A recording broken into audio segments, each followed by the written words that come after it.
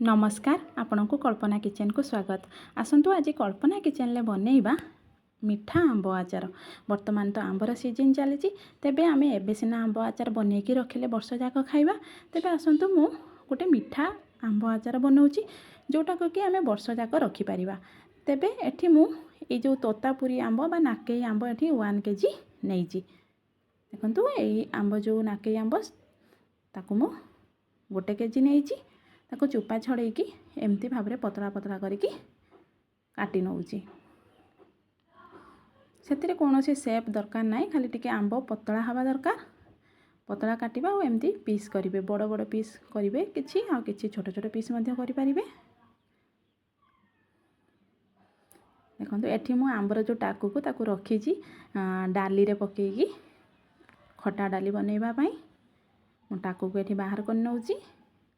आउ देखो एमती भाव में मुझे सबू आंब को काटी नहीं। गोटे केजी जाक आंब को मुझे काटी नहीं। से गोटे चामच लुण अधे चामच हलदी पकईकी गोले दौची। बेसी लुण देबेनी। आ गोटे केजी आंब पाई मुझे गोटे केजी चीनी नहीं। पूरा बराबर गोटे केजी ही चीनी नेबे। आउ एमती भाव में ताकू मिक्स कर नेबे। देखंतु पूरा भल भाव में मिक्स कर नहीं कि किछि समय ताकू ढांकी रखिदेबे।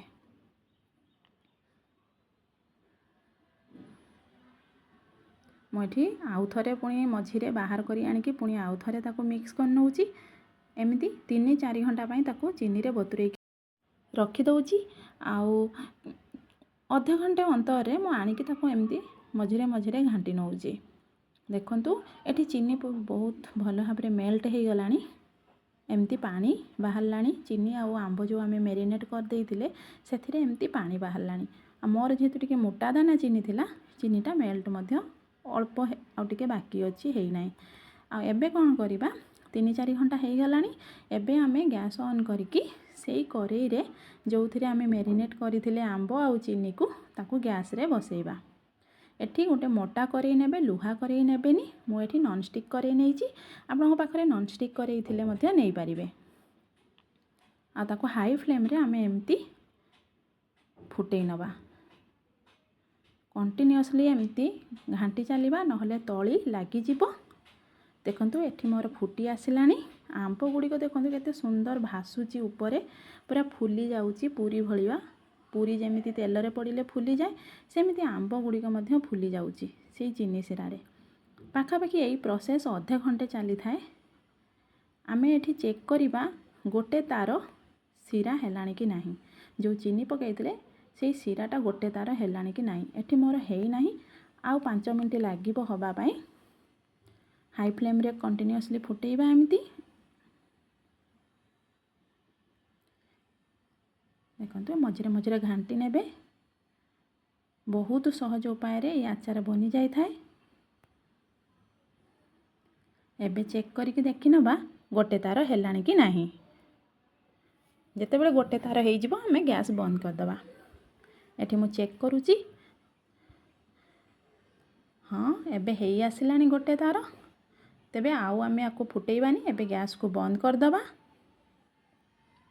आउ ठंडा हवा पाई छाड़ी दबा। एटा भलो भाबरे ठंडा हवा दरकार। देखंतु एबे ठंडा हे गलानी। मु एठी एथिरे मिक्स करिबा पाई मसला आनीची। गोटे पैकेट मु 100 ग्राम आनीची आचार मसला, जोटा को कि आमे साधारणतः खटा आचार यूज करि थाउ। आउ एठी मीठा आचार रो मसला मध्य 100 ग्राम आनीची।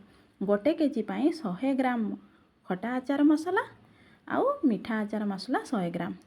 आपण चाहिए घरे मध्य तैयारी करि परिबे मीठा आचार मसला।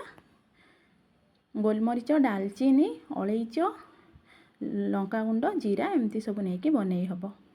तेबे एटा ठंडा हे गला परे मु एठी सेई आचार को पाउडर जो थिला आचार पाउडर ताको मिक्स करूची सेई आंबरे। देखंतु एमती मिक्स करि साइला परे एमती देखंतु केते सुंदर भाबरे देखा होउची।